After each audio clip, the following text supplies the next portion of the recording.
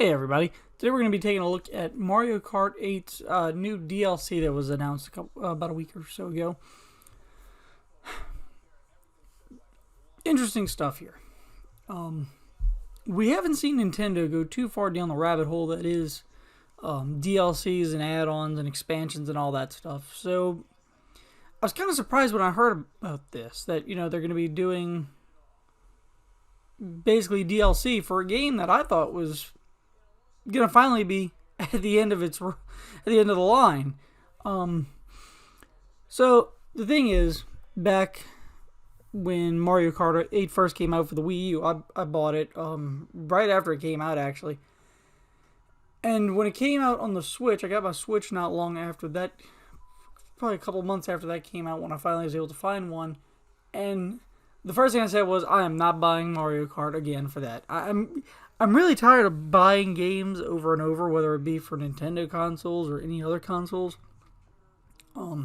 So I just was like, I'm not spending $60. That's absolutely ridiculous. And for the most part, I don't spend more than $30 on a game. I'll wait till it goes on sale. I got so many other games to play in a backlog that I don't need to spend $60 to go get what came out today.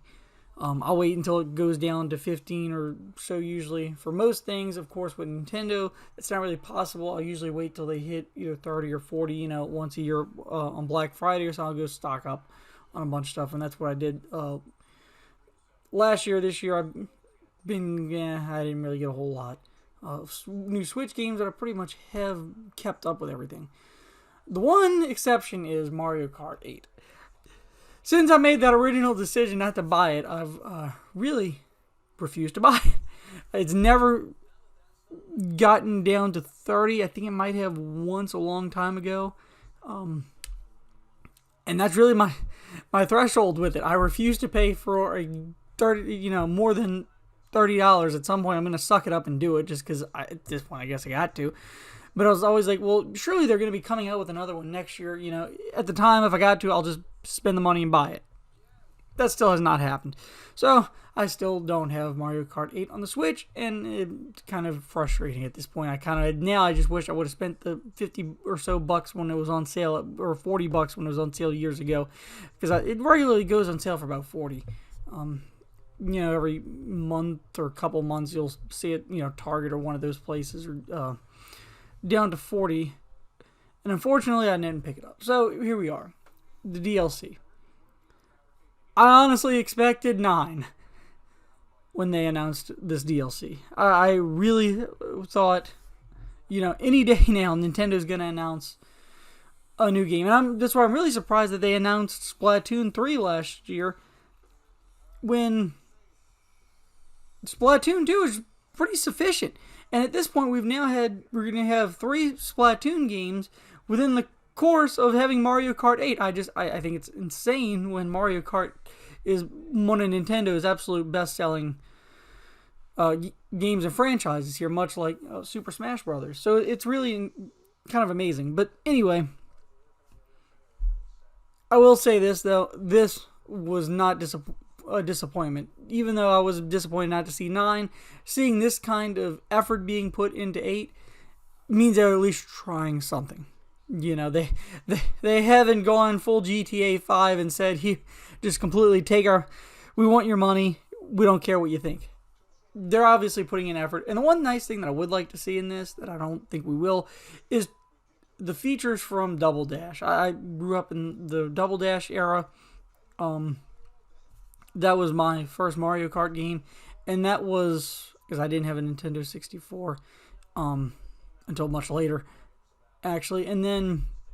But when I first got the GameCube, I got Double Dash, and that was one of the coolest things, having those 2 players where you could go back and forth between them. That just added a little uniqueness to that game to separate it from the previous, and that's something that hasn't been done before. So I think that would be nice to see. I think there's a couple other modifications they could do and add to Mario Kart 8 just to make it a little better. But nonetheless, this expansion absolutely should be amazing. Adding back all these, and I'm actually to add to that, I'm surprised we haven't seen do something like this before. I know Nintendo's not very DLC heavy, and I'm kind of thankful for that.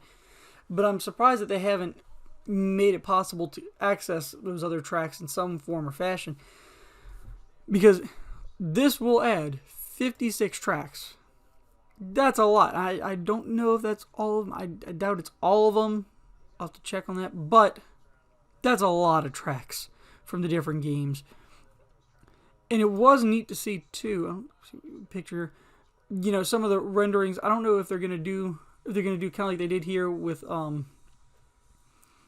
Rainbow Road from the original SNES. I don't know if they're gonna do kind of like a rendition of some of these, or if they're gonna be completely, authentic to the original versions. I don't know. Either way, I think it'll be very interesting, and that'll give a lot more life to this game. And especially what was even more surprising, besides just this edition, is the fact that they announced these games are going to go through the end of 2023. That means this game still has a long life left in it, and that makes me really need to go buy this stupid thing. So we got more than a year and a half left of Mario Kart. Absolutely incredible. And I'm actually looking forward to this. And now I do plan on going to buy this for when the new DLC does launch. And that will be in March, I believe. March 18th. Yeah. These first rounds. And they're going to do waves of this, so they won't all be at once. The first wave is these right here. So, very interesting. And that'd be a neat feature too if they would do something like with Double Dash, if they'd add that ability at least into the original Double Dash Mario Kart tracks. Just saying, I don't think it's going to happen, but it would be cool to see. So, another thing to talk about here is that this will be available as a direct purchase for $25 in the US. And why does that say 48 tracks to Mario Kart? Didn't I just say it was going to be 56? Oh, 56 in the game after the first wave. We'll initially have... Okay. Sorry. Different part of the article here. Looking at the wrong thing. I was wrong before. There will be 48 tracks to Mario Kart that it will add. That's in addition to what's currently available. No, sorry. Wrong. Let me read this. There will be 56 tracks in the game after that first wave. Meaning, once these initial, let's see, 4, 5, 6, 7. Once these initial 8 go in, that'll bring the total up to from 48 that are currently in to 56. And I'll talk about that in a minute, what they're referring to up there. But to go down, the 48 additional tracks that are $25, you're going to have two ways. You're going to have actually a couple options here. You're going to be able to purchase that for $25. Or you can buy the yearly subscription to Nintendo Switch Online, plus expansion pack. If you already have Nintendo Switch Online, you can upgrade to the expansion pack that they announced last year. That gives you some Nintendo 64 games plus some Genesis games, and then some of the Animal Crossing add-ons. That's neat, and we'll talk about that more in a second. But let's go back real quick to what we were looking at up here when I was looking at the wrong numbers. What this is all talking about is that even if you don't own the expansion, or you're not paying for Nintendo Switch Online expansion pack, which we'll talk about in a minute, you will still be able to access those tracks two ways. Number one, if you play online through the regular online multiplayer, which you'll be able to, you get a random track assigned. So, and that's what this is referring to. You, as of right now, there'll be 56 tracks total after the first wave goes in. which means you'll have a 1 in 7 chance of coming across one of the 8 new tracks. I know it's probably just, I'm making this even more confusing than it needs to be. I know. But if you're playing online multiplayer, there's a chance that you will run across those new tracks. Those will be entered into the cycle of the multiplayer portion of the game, whether you have paid for that expansion pack or for the DLC or not. So, there's also another way. Now again, that when the first wave releases, you'll only have a 1 in 7 chance of coming across those 8. Now, as the new tracks enter in the cycle and we get to the full number of, 48 tracks total that are part of this DLC, then of course you'll have a much higher chance of being one of those being selected for you. The second way, though, and this is what's interesting and important for online play, if you are playing with friends online, you will supposedly be able, everybody, whether they have that or not, will be able to play on those tracks. So all you need is one, if you got, a few friends playing together, all you need is for one of those friends to either pay for Nintendo Switch Online Plus expansion or to have paid the $25 for the Mario Kart DLC. And then all those friends that are playing together for that multiplayer portion will be able to access those, through while you're playing, obviously, together. What's important about this, though, what kind of separates this from a lot of the other types of online play, is that normally this is something that separates people, and that they point that out too, about audiences being fragmented between those who have paid and those who haven't.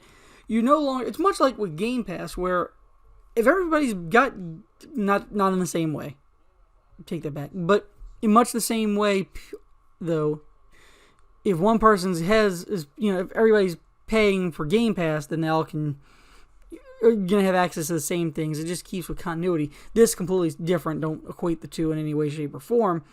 But this even more so helps everybody to have the same playing field if you're playing online. You don't have, the point being with the two similarities are that you don't have the one person that's left out. That, Billy didn't, go get Nintendo Switch Online plus expansion, so he can't play. Or, Bobby didn't get the DLC, so he can't play this track. Sorry. No. Anybody, as long as one person in that group has it, paid for it, or is a member online, then everybody that's playing will be able to access it. I think that's just a neat feature. I think that's important, especially for Nintendo, which is, these machines are designed for families. I think that just helps the whole Nintendo get into online gaming and get into some of this DLC stuff, but without getting into some of the issues that these other consoles are already facing with online. And it's a very fine line that Nintendo has to walk here with DLC to not get too much reliant on it like Xbox and PlayStation developers have over the years. And it's unfortunate with some of what's happened, especially with loot boxes and all that. It's kind of eroding games to the point that they're, no better than cell phone games and mobile stuff. But I think it's good what they've done here. I think that makes perfect sense. And I think that breathes new life into a game that is well beyond its life cycle at this point. So, I came across this too. This is interesting. Will people now buy the Nintendo Switch Online expansion pack because of this? Honestly, I probably will. I already paid for Nintendo Switch Online. And while the price isn't worth it, obviously, to pay for this, if you just want Mario Kart 8 DLC, because it makes financially more sense to just spend the $25 and buy the expansion pack once and be done with it. But like I said, I'll probably end up just buying the expansion pack. I think it's not worth buying it just for this, obviously, like I said. But if you're already buying or already paying for the expansion pack for online, for whether it be the 64 games or the Genesis games, this gives another extra hey, this is an extra kind of little added benefit of, hey, it's worth it. You're not gonna get it just for that alone, but it does at least make a nice added benefit or feature. And I think that is a good way for Nintendo to help sell the expansion pack. Because let's face it, it's expensive to go from I want to say it's what, 25. Last time I looked, it was 25 a year for I want to say that's what I paid for the stupid online thing, and then I think it's it's 35 and 0 for family, and then it ends up being a substantial jump if you end up buying the family Nintendo Switch Online bundle thing.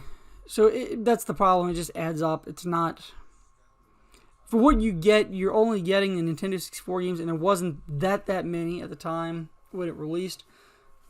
So, and then the Genesis games also, again, a nice feature, but it's not enough to say, hey, let me go buy this. If they did something kind of like Gold or or one of those things, on Xbox or PlayStation, where you got like a free game every month, that'd be probably worth it. It doesn't have to be a AAA title or anything, but just something to say, hey, thank you for paying. And I don't think we'll see that, or even like a different game every month that you can only play that month. At least just give you kind of a trial or demo. That'd be worth it, maybe. And I think we'll see this expand, obviously. And I think that'll be an interesting thing if it does expand to having more DLC included content. I think that'd be very interesting. We'll see in other games too. Could Splatoon potentially do something like that? Maybe. I think that's a little difficult because it's so online focused compared to Mario Kart. That's it has a lot of single player playability as well as local multiplayer. So that's my thoughts. I don't know. According to this poll, remember, this isn't the casual Nintendo fans. Most likely, this is more avid Nintendo fans. This is a Nintendo site. So on here, 48.4% of people said they already have it in this poll, and only 17.8% said that they'll get it. 33.8% are still not planning on getting it. So I don't know. That might be a significant amount for Nintendo. Like I said, I think this is enough to make people say, hey, at least it's worth it. It's enough to make people keep it. Is a good way to put it. But it's not enough alone for people that are reluctant to buy it. I don't think this is enough to make it worth it, just because it's only $25 to just buy it outright, and I don't have to keep the service. Because the thing is, if you don't keep this service, you're gonna lose it. So just something to keep in mind.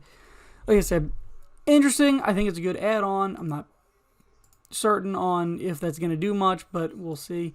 Otherwise, I think this expansion is a good idea if Nintendo is planning on keeping some of these games around longer. Which, it's not that Mario Kart 8's a bad game. It's not. It's just, I think everybody's so used to games getting replaced so often, and then seeing stuff like this and GTA 5 that just stick around for so many years, it's a bit surprising. And like I said, there's nothing wrong if they're going to keep updating it, much in the way that they did. They supported Super Smash Brothers for a while, but even that's now looks like they're done. So we'll see if, same thing with that, if they're going to do something similar with expansions, or if they're going to just hold out for a completely new game. I don't know. But normally, there's not much money in a game, after the sale, which is why you either do DLCs or you release a new one. So it looks like we're coming to kind of a new point where Nintendo's trying something different that they wouldn't ordinarily do. So it'll be interesting to say the least. So we'll be keeping up with this and some of the other changes that are going on with Nintendo and also some other companies and games. So if this was interesting for you, be sure to like and subscribe, and thanks for watching. See you next time.